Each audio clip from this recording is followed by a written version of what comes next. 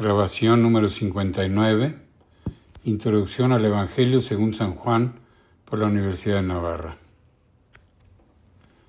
Con el Evangelio de San Juan se completa y se cierra el número de evangelios tenidos por la Iglesia como sagrados y canónicos.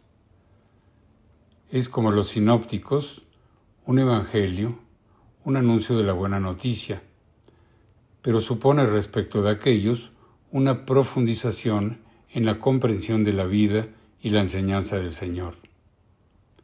De ahí que haya venido a ocupar definitivamente su lugar a continuación de estos, aunque en algunos antiguos códices occidentales ocupaba el segundo puesto. Existen testimonios de principios del siglo II que muestran la gran autoridad de que gozaba este evangelio, pues ya en ese tiempo se citan de él frases literales, o se alude al sentido de sus expresiones. Así, por ejemplo, San Ignacio de Antioquía habla del Espíritu que sabe de dónde viene y a dónde va, y dice que el Verbo, el Hijo de Dios, se complace en todo al que lo ha enviado. San Policarpo, en su carta a los de Filipo, se hace eco también de algunas frases presentes en el Evangelio de Juan, y lo mismo San Justino, al decir que es necesario nacer de nuevo para entrar en el reino de los cielos.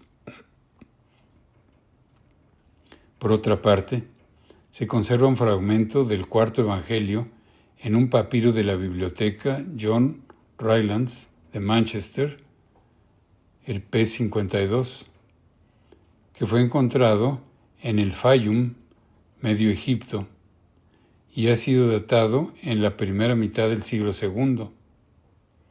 Muestra la gran difusión de este Evangelio en tan temprana fecha. Se trata del texto más antiguo que conocemos de los 4 Evangelios. Del cuarto Evangelio, atribuyéndole ya la auditoría de San Juan, habla San Ireneo, obispo de León, nacido hacia el año 130 en Esmirna, Asia Menor, donde conoció a San Policarpo.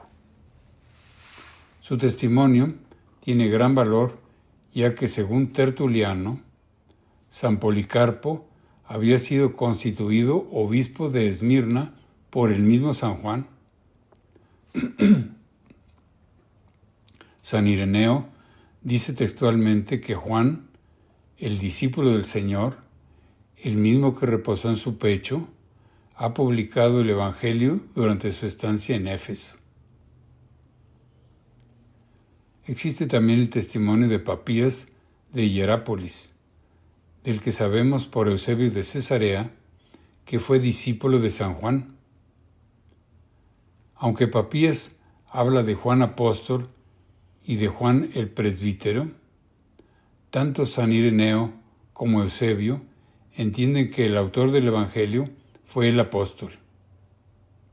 A partir del siglo IV, es tradición común y constante atribuir al apóstol San Juan el cuarto Evangelio, y según dicha tradición se ha expresado el magisterio de la Iglesia. Inciso 1. Estructura y contenido. En líneas generales, en San Juan, como en los sinópticos, se encuentra el mismo esquema que presentaban los apóstoles en su predicación oral. Jesús comienza su ministerio público tras ser bautizado en el Jordán por Juan Bautista. Predica y obra milagros en Galilea y Jerusalén, y acaba su vida en la tierra con la pasión y resurrección gloriosa. Pero dentro de ese cuadro general, en San Juan se descubre una estructura peculiar, caracterizada por la mención de las distintas fiestas judías y por la progresiva manifestación de Jesús como Mesías e Hijo de Dios. A grandes rasgos, el esquema del cuarto Evangelio puede presentarse así. Prólogo, capítulo 1, versículos 1 a 18. se ensalza a Jesucristo como el Verbo eterno de Dios, creador del mundo junto al Padre, iluminador de todos los hombres, que se ha hecho hombre para comunicar al mundo la verdad sobre Dios y dar la posibilidad de ser hijos de Dios a cuantos crean en Él. Primera parte. La manifestación de Jesús como el Mesías mediante sus signos y sus palabras. Capítulo 1, versículos 19 al 12,50.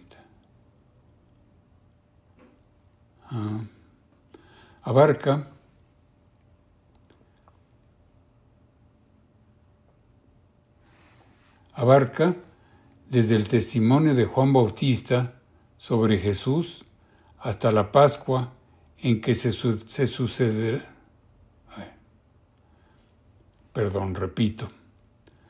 Abarca desde el testimonio de Juan Bautista sobre Jesús hasta la Pascua en que sucederá su muerte.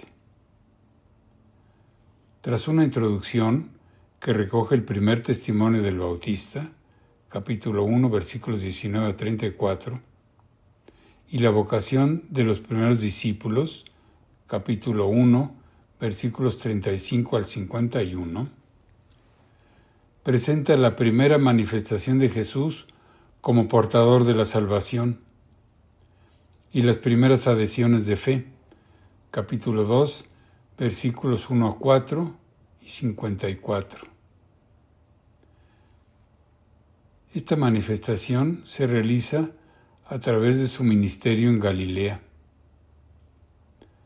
Un primer viaje por la fiesta de la Pascua a Jerusalén y el retorno a Galilea pasando por Samaria. A continuación, Jesús manifiesta su divinidad, capítulo 5, versículos 1 a 47, en una nueva subida a Jerusalén con motivo de una fiesta. De nuevo en Galilea se presenta como el pan de vida, capítulo 6, versículo 1 a 71. Y otra vez en Jerusalén, durante la fiesta de los tabernáculos, se revela como enviado del Padre, la luz del mundo y buen pastor. Capítulo 7, versículos 1 a 10 y 21. Seguidamente, en una nueva confrontación con los judíos en Jerusalén, en la fiesta de la dedicación, Jesús dice que Él es uno con el Padre. Capítulo 10, 22 a 42. Y en Betania, cerca de Jerusalén, donde Jesús resucita a Lázaro, se presenta como el que otorga al hombre la resurrección y la vida eterna. Capítulo 11, versículos 1 al 57. Finalmente, tras la unción por María en Betania, Jesús es aclamado Rey mesiánico en Jerusalén. Capítulo 12, versículos 1 al 50. Segunda parte, manifestación de Jesús como el Mesías, Hijo de Dios en su pasión, muerte y resurrección. Capítulo 13, versículos 1 al 21 y 25. Comienza con la última cena, el momento en que Jesús manifiesta su intimidad. Capítulo 13, versículos 1 a 17 y 26. Sigue con su pasión y muerte. Capítulo 18, versículos 1 al 19 y 42. Y finaliza con las apariciones del resucitado. Capítulo 20, versículos 1 a 21 y 25. El sepulcro vacío y las apariciones testimonian el realismo de la resurrección. Jesús resucitado infunde a los apóstoles el Espíritu Santo. Les da el poder de perdonar los pecados y establece a Pedro guía de su iglesia. Inciso 2. Composición y marco histórico. Autor y circunstancias de composición. Al leer el cuarto evangelio se aprecian enseguida algunos detalles que parecen romper el hilo de la narración y hacen sospechar un proceso de redacción en varias etapas. Los más significativos son los siguientes. La actividad de Jesús en Jerusalén, descrita en el capítulo 5, con ocasión de una fiesta, sin precisar cuál sea, no parece encajar bien entre los capítulos 4 y 6, en los que Jesús se encuentra en Galilea. La reanudación del discurso de Jesús en la última cena, en el capítulo 15, después de indicar al final del capítulo 14, levantaos, vámonos de aquí, resulta un tanto sorprendente. La narración de la aparición de Jesús a orillas del lago, en el capítulo 21, con una conclusión del escrito semejante a la que ya se encuentra al final del capítulo 20, parece ser un añadido posterior. Estos y otros rasgos literarios llevan a suponer que la forma actual del Evangelio es obra de un redactor final que ha reelaborado un material ya existente, dándole el orden que actualmente tiene. Ese redactor final habla, al terminar el libro, en primera persona del plural. Sabemos que su testimonio es verdadero, haciéndose eco del sentir de la comunidad, al tiempo que señala al discípulo que Jesús amaba como el que da testimonio de estas cosas y las ha escrito. El discípulo que Jesús amaba, y por tanto el verdadero autor del Evangelio, es el apóstol San Juan, según se desprende de la comparación de los datos del mismo Evangelio con los de los sinópticos. Por otra parte, muchos rasgos literarios del Evangelio confirman que quien lo escribió era un hebreo, buen conocedor de la geografía de Palestina y de las costumbres y fiestas judías. El estilo del escrito tiene además una clara huella semita en el vocabulario y las construcciones gramaticales. La tradición de los santos padres y escritores eclesiásticos confirman desde el siglo II la autoría de San Juan respecto al cuarto evangelio y sitúa su redacción en Éfeso, donde se había trasladado el apóstol predicando el evangelio. El Evangelio de Juan refleja una situación en que los cristianos se han separado definitivamente del judaísmo. Así, por ejemplo, se refiere a los judíos, y no solo a las autoridades judías, como un bloque unitario opuesto a Jesús. Y recuerda cómo decidieron arrojar a los cristianos de la sinagoga. La mención de las fiestas judías como marco en el que Jesús es presentado, estableciendo una nueva economía salvífica, indica que la comunidad destinataria del Evangelio se identifica como el verdadero y nuevo Israel al margen de las antiguas instituciones judías. La nueva religión es considerada como sustitutiva del judaísmo.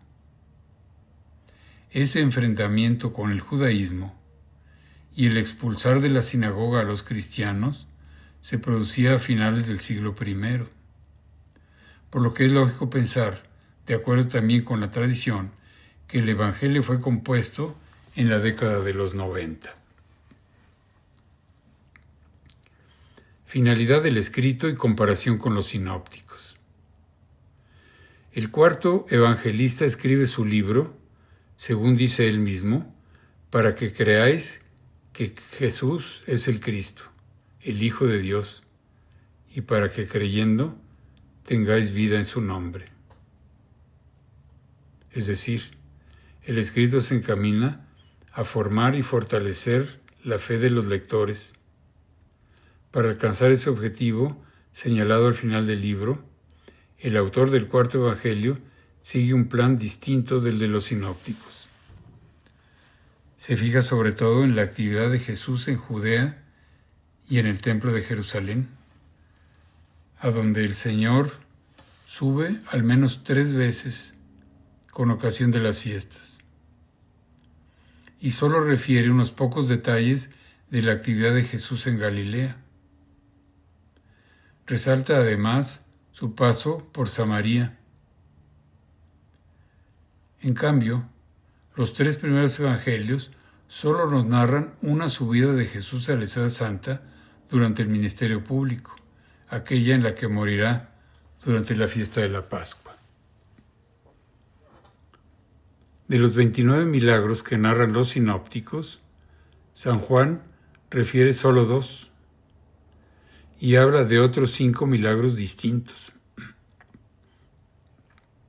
Pero el rasgo más sobresaliente es que presenta los milagros como signos, pues les sirven de base para exponer realidades más profundas que las que se veían a simple vista. Con las bodas de Caná, el primero de los signos, se manifiesta la gloria de Jesús, se revela el comienzo de la era mesiánica y se vislumbra ya la función de su Madre Santa María en la redención. La multiplicación de los panes y los peces, testificada también por los sinópticos, es el apoyo de las palabras de Cristo cuando se presenta como el pan de vida. La curación del ciego de nacimiento precede a la manifestación de Jesús como luz del mundo. La resurrección de Lázaro enseña que solo Jesús es la resurrección y la vida.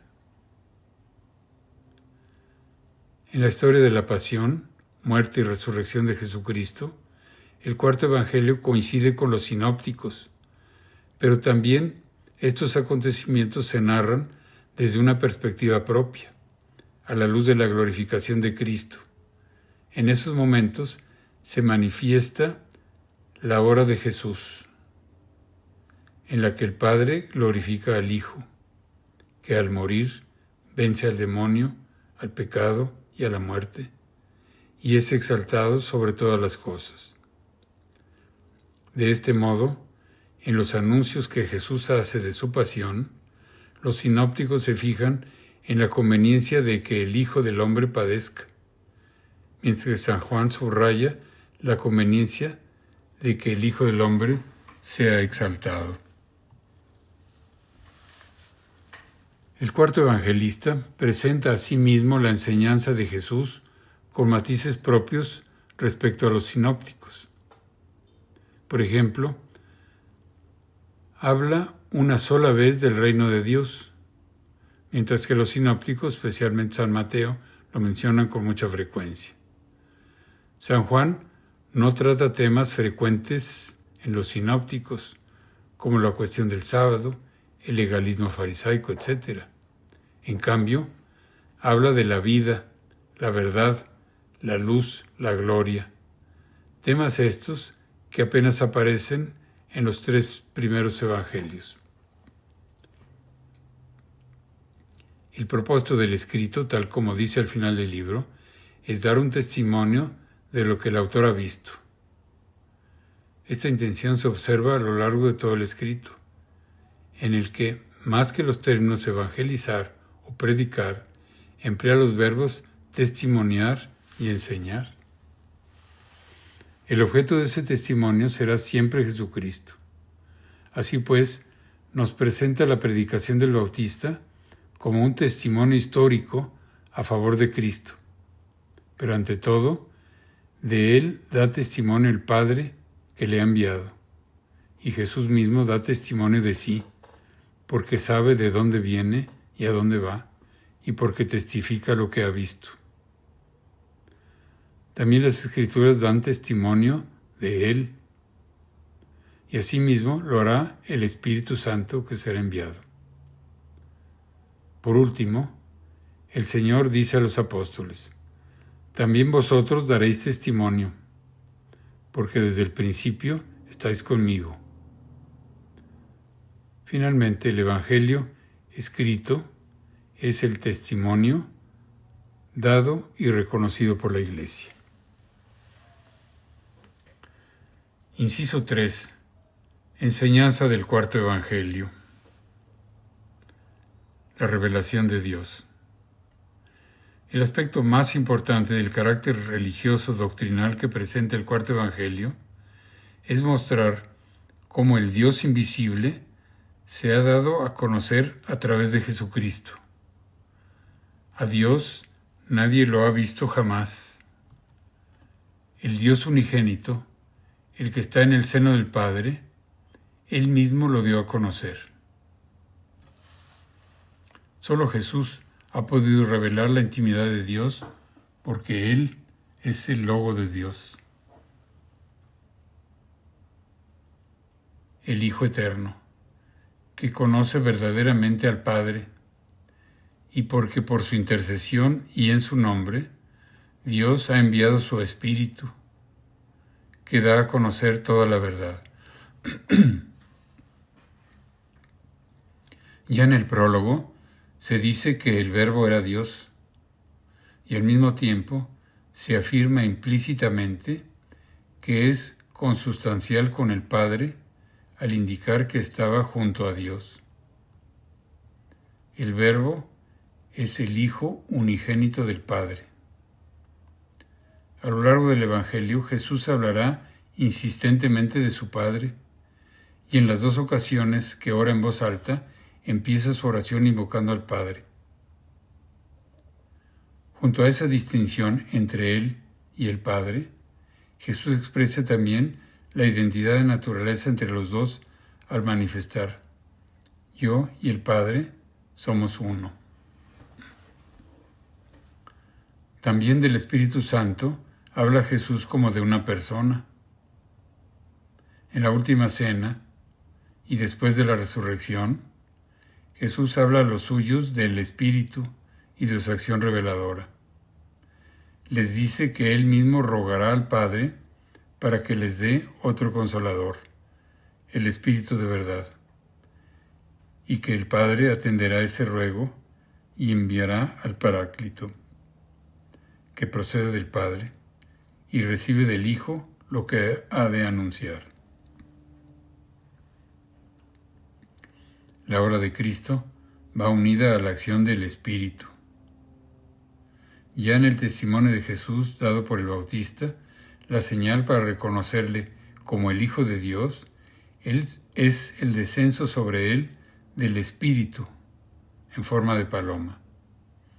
Y se afirma que en contraposición al bautismo de agua del precursor, Jesús bautiza en el Espíritu Santo. Es el Espíritu, junto con el agua, el que crea en el hombre una nueva condición, como un renacer de nuevo. Si uno no nace del agua y del Espíritu, no puede entrar en el reino de Dios. Esta relación entre el agua y el Espíritu vuelve a aparecer en el capítulo 7, 37 a 39, donde el Señor afirma que de su seno brotarán ríos de agua viva. Palabras que el evangelista explica así. Se refirió con esto al Espíritu que iban a recibir los que creyeran en Él, pues todavía no había sido dado el Espíritu, ya que Jesús aún no había sido glorificado. El Espíritu es quien recordará y hará comprender a los discípulos las obras y las palabras de Jesús en cuanto revelador del Padre. Por último, es el Espíritu el que actúa la liberación del hombre mediante el ministerio apostólico. Recibid al Espíritu Santo. A quienes les perdonéis los pecados, les son perdonados. A quienes se los retengáis, les son retenidos. El conocimiento de Dios, la fe y el amor. Creer según el cuarto Evangelio va unido a conocer la verdad sobre Cristo. Muchas veces encontramos los verbos creer y conocer unidos en una sola frase. Incluso en ocasiones parecen intercambiables. El término conocer no tiene únicamente un sentido intelectual de aprehensión de la verdad, sino que recogiendo en cierto modo el significado veterotestamentario, indica la adhesión sin reservas a la verdad que es Jesucristo. Por eso, la fe incluye tanto el acto de entrega confiada como el acto de conocer. Tal conocimiento se adquiere por el testimonio del autor del Evangelio y por la acción del Espíritu de la verdad. La fe es así al mismo tiempo un don gratuito por parte de Dios y un acto libre por parte del hombre. Por eso Jesús exhorta insistentemente a creer en Él, es decir, a querer creer y no cerrarse voluntariamente a la verdad. Quien cree en Jesucristo se hace poseedor de la vida eterna, esto es, participa de la misma vida de Dios que se comunica a través de la unión con Jesús, de manera similar a como los sarmientos están unidos a la vid. Comunicar esa vida es la finalidad de la revelación de Dios. Tanto amó Dios al mundo que le entregó a su Hijo unigénito para que todo el que cree en Él no perezca, sino que tenga vida eterna. Esa vida que tiene el hombre que cree en Jesucristo, el que cree en el Hijo, tiene vida eterna. Es también garantía de la resurrección al final de los tiempos. Esta es la voluntad de mi Padre, que todo el que ve al Hijo y cree en Él tenga vida eterna, y yo le resucitaré en el último día. La vida eterna consiste en el conocimiento del Padre y del Hijo, en la fe. Esta es la vida eterna, que te conozcan a ti, el único Dios verdadero, y a Jesucristo, a quien tú has enviado. Y ese conocimiento es al mismo tiempo la participación en el amor entre el Padre y el Hijo. Les he dado a conocer tu nombre y lo daré a conocer para que el amor con que tú me amaste esté en ellos y yo en ellos. La fe que comunica al hombre la vida eterna está por tanto inseparablemente unida al amor, pues consiste precisamente en entrar en la relación de amor entre el Padre y el Hijo. Como el Padre me amó, así os he amado yo. Permaneced en mi amor. De ahí que deba manifestarse también el amor fraterno, único mandamiento que da Jesús en el Evangelio, en el que se pone Él mismo como modelo. La Iglesia y los sacramentos. Aunque en el cuarto Evangelio no aparece el término Iglesia, el autor deja entrever que se siente miembro del grupo formado por los discípulos de Jesús. Así, por ejemplo, ocurre cuando emplea la primera persona del plural, tanto para presentar el testimonio sobre Cristo, hemos visto su gloria, como para garantizar la verdad de lo transmitido por el apóstol. Sabemos que su testimonio es verdadero. Además, en el Evangelio se recuerdan las palabras de Jesús que describen a los que creen en Él como un redil, cuya puerta es el mismo Cristo, y aquellas otras en las que, aludiendo a las profecías del Antiguo Testamento sobre la renovación del pueblo de Israel, Jesús se presenta como el buen pastor que viene a formar un solo rebaño en el que quepan todos los hombres. Ese redil y ese rebaño significan la Iglesia. Asimismo, la Iglesia está simbolizada en la vid a la que permanecen unidos los sarmientos. Tanto en esta como en las imágenes anteriores, queda expresado que es Jesucristo el que rige y da vitalidad a su Iglesia.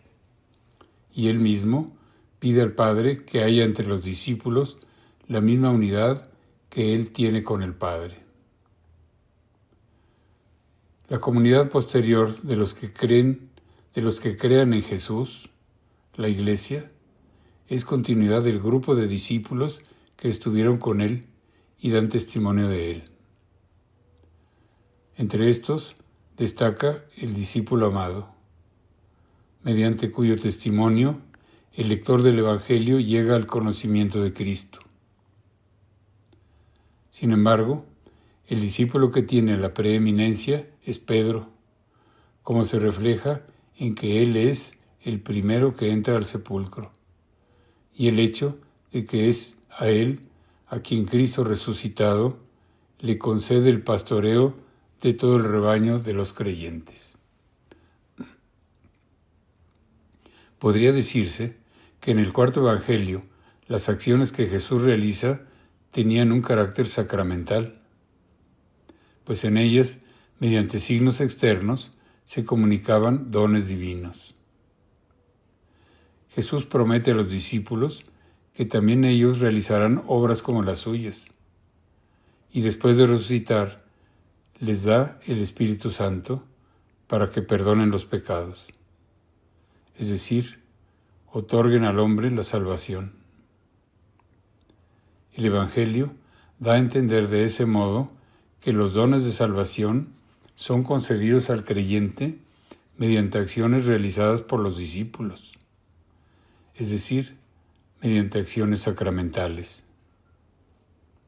En definitiva, en la Iglesia, rebaño de Cristo, se entra por la adhesión a Él mediante la fe y por un nuevo nacimiento del agua y del Espíritu, expresión que alude al rito del bautismo cristiano, simbolizado también en el relato de la